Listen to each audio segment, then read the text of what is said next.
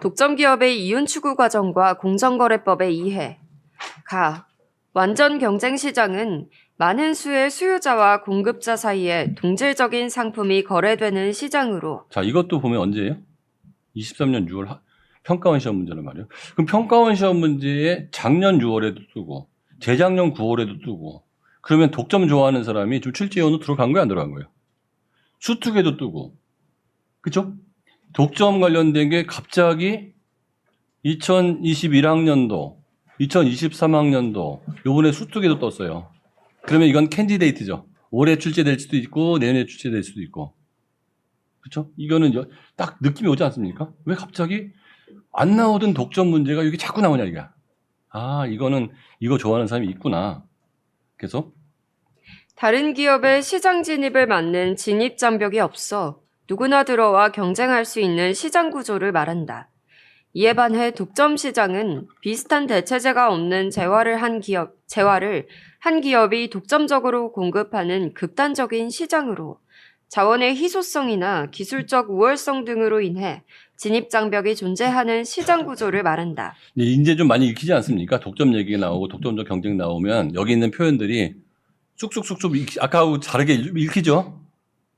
무슨 말인지 알겠습니까? 내가 여러분들한테 원하는 거는 요 효과를 노리는 거지. 뭐 물론 독해력도 좀 커지겠지만 완전 경쟁 시장에서는.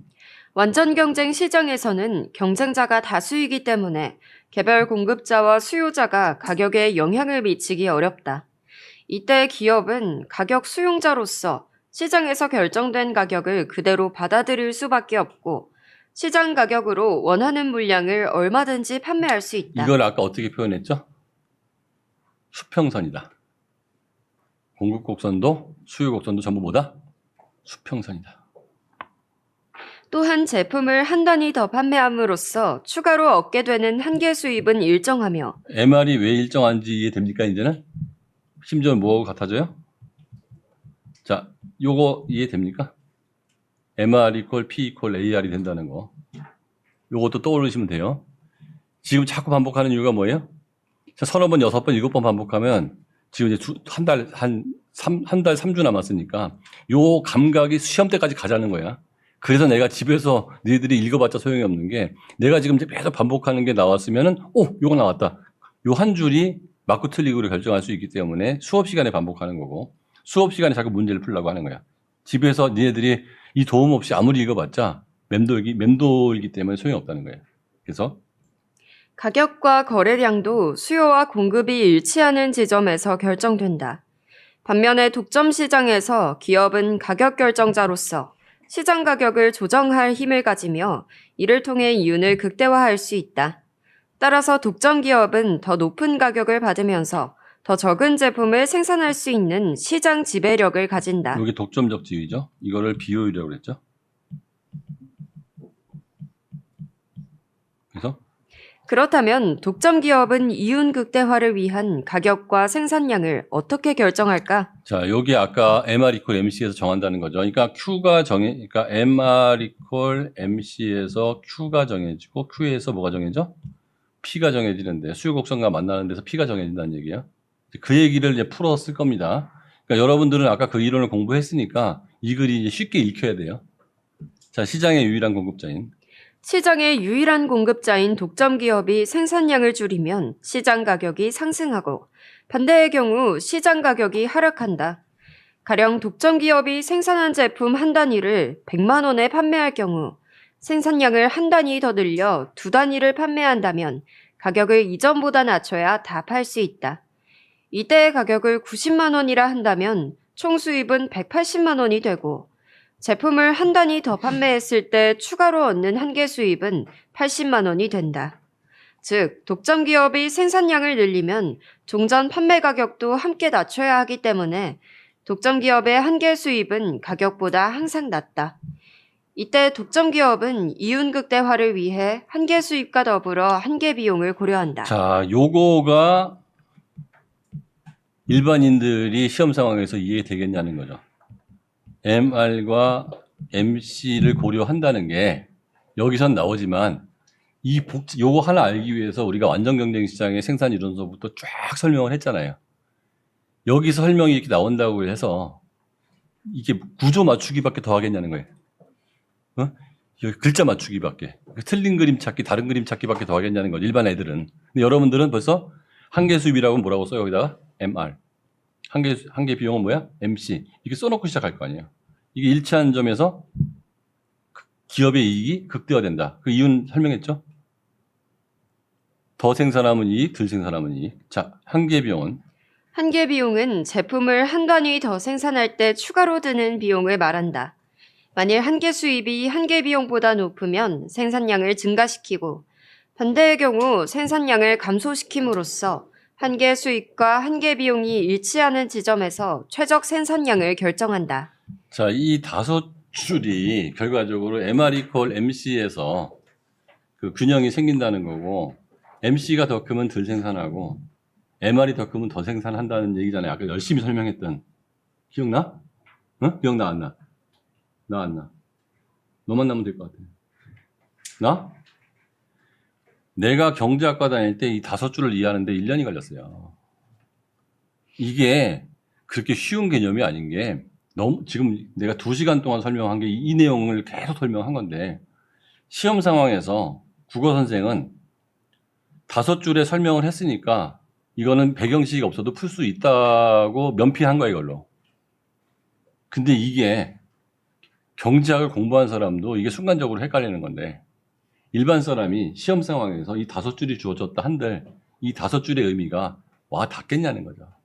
일단 여기서 꼬이면 그냥 지문이 읽기가 이제 힘들어지는 거예요. 그래서 이후 독점 기업은 이윤 극대화를 위해 수요자들의 최대 지불 용의를 고려하여 수요자의 최대 지불 용의를 고려한다는 건 무슨 뜻이죠? 응? 수요자의 최대 지불 용의를 고려한다는 건 뭐예요? 수요 곡선. Q가 수요 곡선과의 만나는 점에다 점을 찍겠다는 얘기죠.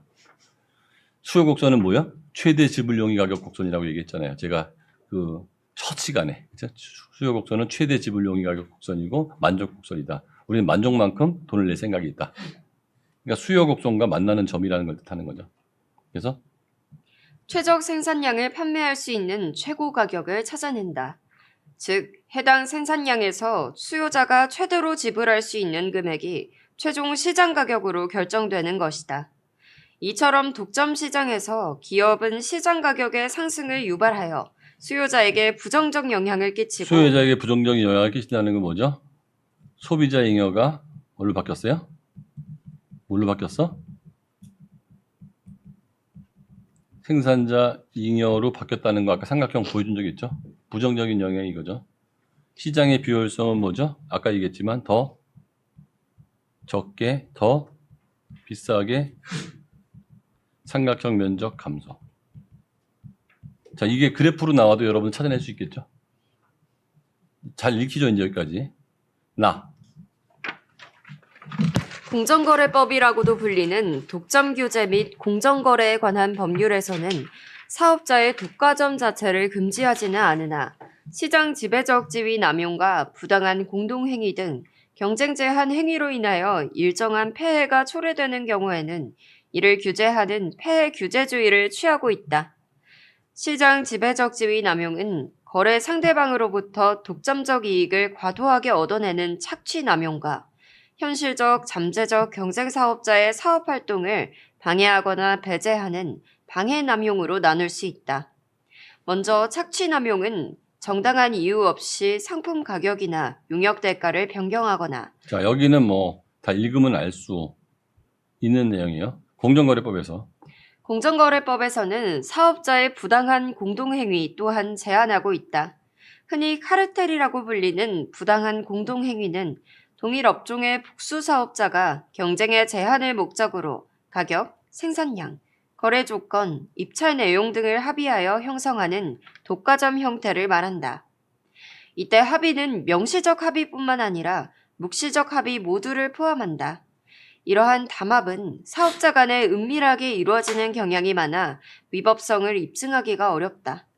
따라서 입증 부담을 경감하고 규제의 실효성을 높이기 위해 둘 이상의 사업자 간에 경쟁 제한적인 합의만 있다면 비록 그것이 실행되지 않았다 하더라도 부당한 공동행위가 성립한 것으로 본다.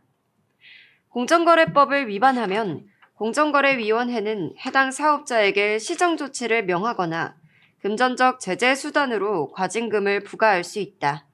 자, 문제로 넘어가서 한번 볼까요? 이거는 뭐 뻔한 얘기고 그래프만 한번. 기억 니은에 대한 이해로 적절하지 않은 건 기억이 뭐죠? 응? 완전 경쟁. 니은은 독점 시장. 독점. 자, 읽어볼게요. 기억. 1. 기업에서 개별 기업은 가격 수용자로서 시장에서 결정된 가격에 따라 제품을 판매한다. 2. 니은에서 기업이 제품의 생산량을 늘려나가는 과정에서 얻게 되는 한계 수입은 가격보다 낮아진다. 한계 수입이 가격보다 낮아진다. 맞죠? 생산량을 늘려나가면. 3. 니은에서 독점 기업은 시장의 유일한 공급자로서 독점 기업이 판매량을 늘리려면 가격을 낮춰야 한다. 4. 기업에는 진입 장벽이 존재하지 않으므로 니은에 비해 개별 기업들의 시장 진입이 자유롭다. 5. 기업에는 많은 수의 공급자와 수요자가 존재하므로 니은보다 기업이 시장을 지배하는 힘이 크다. 자, 시장 지배력은 니은이 더 큰 거고. 이제 그래프를 한번 볼게요. 자, 이제 여러분들은 이제 많이 익숙한 게 나왔죠. 자, 가격이 있고 생산량이 있고 한계 비용 곡선 MC, 수요 곡선, 한계 수익 곡선.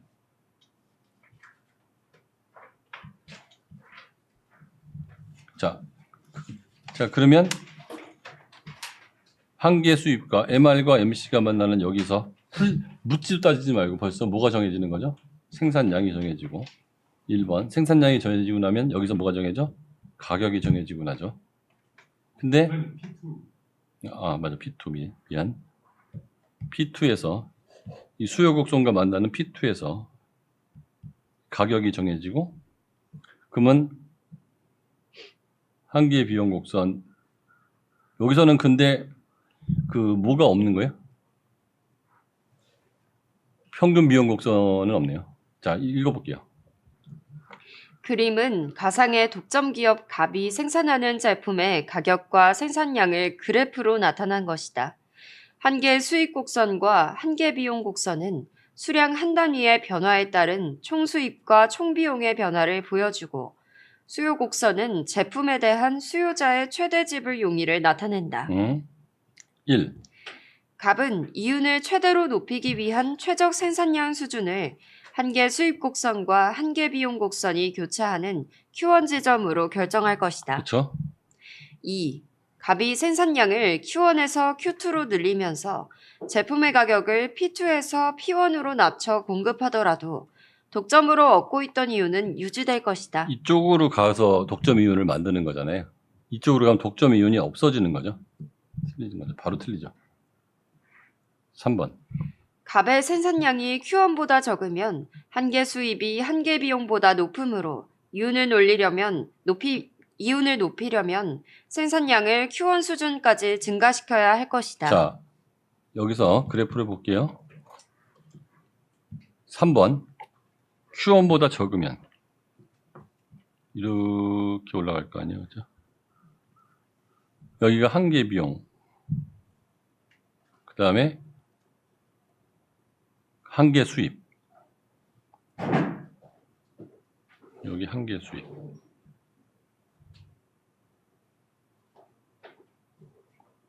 Q1보다 적으면 한계 수입이 한계 비용보다 높으므로 한계 수입이 높으니까 생산량을 늘려서 추가 총 수입을 늘리는 거죠.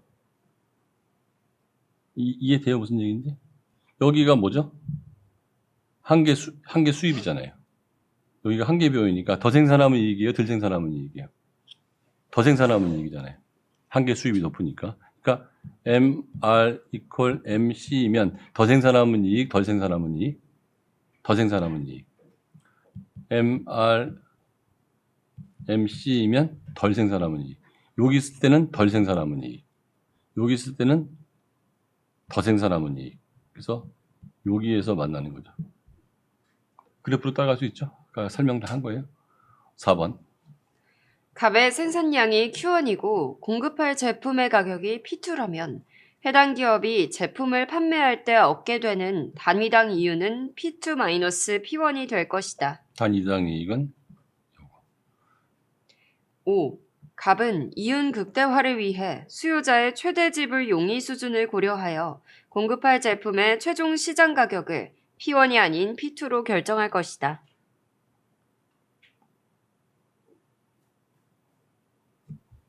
갑은 이윤 극대화를 위한 수요자의 최대 지불 용의 수준을 고려하여 요거를 고려하여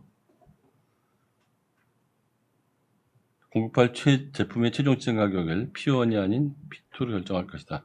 한계 비용 곡선이 뭐라고 했죠? 공급 곡선이잖아요. 사실은 이건 존재한다, 존재하지 않는다? 존재하지 않는 거예요, 사실은. 가상으로 표시하는 거고 요 점만 존재하는 거예요. 이거는 사실은 한계 비용 곡선이라는 게 존재하지를 않는 건데 점만 있는 건데 가상으로 그는 거예요, 가상으로. 이렇게 해버리면 이 문제는 틀리라고 낸 문제일 거 아니에요. 여러분들은 안 틀릴 거고 이 문제가 시험 문제 나왔으면 여기서 격차가 날 거고 이 정도 문제가 나왔으면 표점은 80점대로 떨어질 거고 그런 상황이 되는 거예요.